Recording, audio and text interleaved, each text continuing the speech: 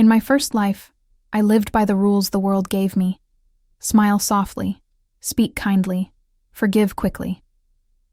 I believed that goodness was a shield strong enough to protect me from cruelty. I was wrong. The noble court was a nest of vipers wrapped in silk. My friends laughed with me in the ballroom and whispered poison behind fans of lace. My fiancé, radiant, gallant, beloved by all, fed their lies and made me doubt my own eyes. They said I was arrogant, jealous, petty.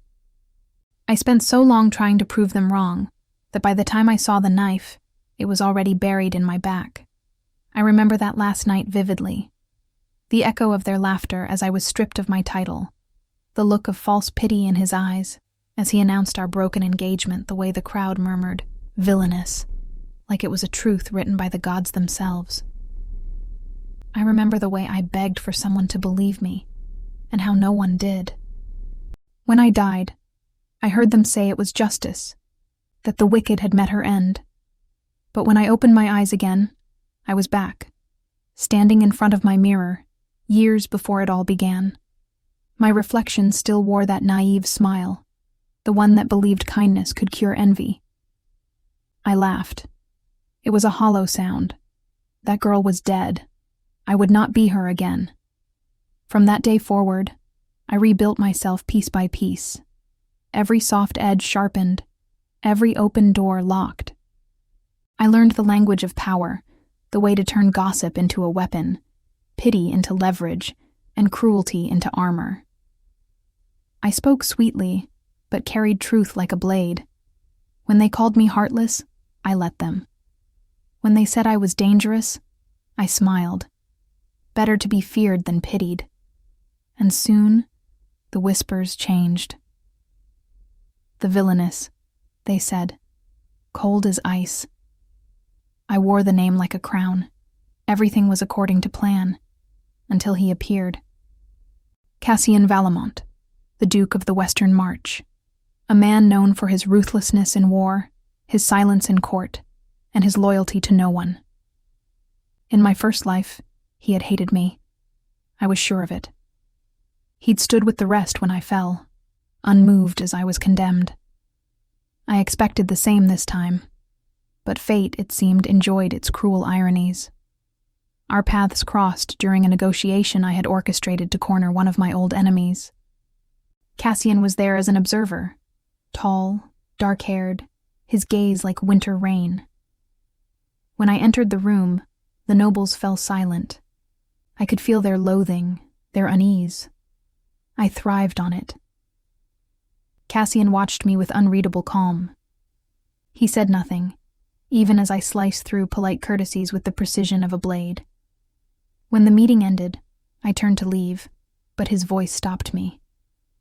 "You wear that mask well," he said. I froze. Mask? His eyes met mine, sharp, quiet, unbearably steady. "The one you use to make them fear you. It fits perfectly." "Almost." I forced a smile. "Almost?" He took a step closer. "Because I can still see your eyes." The words shouldn't have shaken me, but they did. No one looked at me long enough to notice my eyes. Only the persona ID built to keep them away. I walked away before he could see the tremor in my hands. From then on, I found him in places he shouldn't have been. At council meetings, at the edge of banquets, in quiet corridors when everyone else had gone home. He never approached first, never spoke more than a handful of words. Yet his gaze always found me, calm and relentless. It was infuriating and intoxicating. One evening, during a masquerade, I found him alone on the balcony. The moonlight caught on his mask, silver and plain, and for a moment I envied how easily he could hide behind it. "You shouldn't be here," I said, sipping my wine. "People will talk." "Let them," he said simply. "They always do." "Then you know what they call me?" "I do." I smiled faintly. "And yet you're still here." He turned to face me fully. "Because I've never cared for masks, mine or yours." I laughed quietly. Careful, Duke. You'll ruin your reputation associating with the villainess. I don't believe in villains, he said. Only people who've been forced to become one. Something in my chest cracked, so small and so sharp I almost didn't notice. I looked away, swallowing the ache that rose unbidden. You're wrong, I whispered. Sometimes people become monsters because it's the only way to survive. He took a step closer, close enough that I could feel the warmth of his breath against the cold night. Then maybe, he said, you're the most human person I've ever met. It was easier, after that, to pretend he didn't affect me. But his presence lingered, in the way my guard wavered when he was near, in the way his eyes softened whenever mine hardened. He never flinched from my cruelty, never believed the rumors meant to keep him away. When I cut with words, he met me with silence. When I retreated, he waited.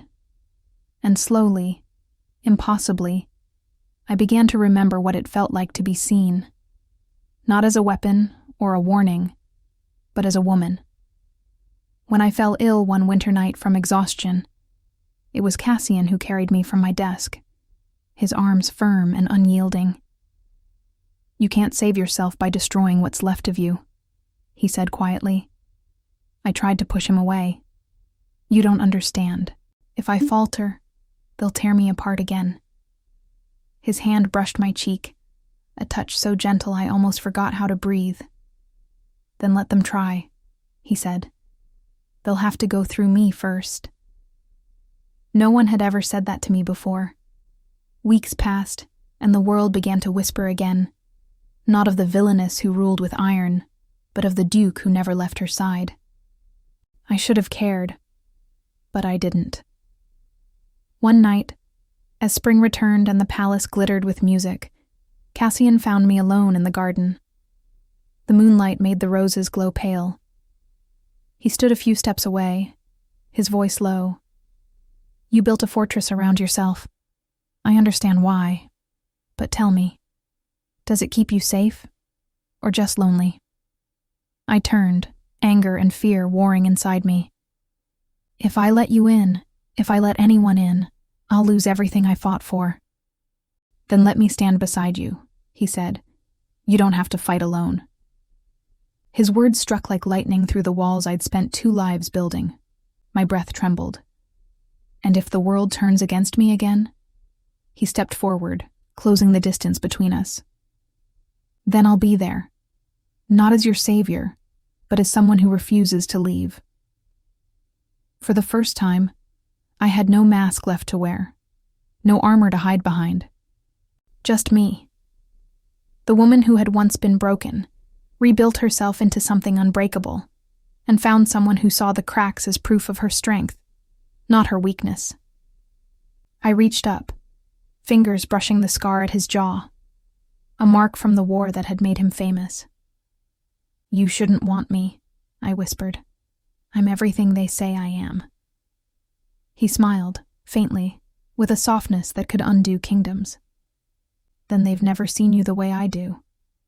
And when he kissed me, slow, certain, unafraid, it wasn't the salvation of a saint or the conquest of a sinner. It was the meeting of 2 broken souls who had stopped pretending to be anything else. In this life, they still call me the Villainess. Let them. Because he knows the truth, that beneath the mask, I am still the girl who once believed in love. And somehow, against all odds, he made me believe again.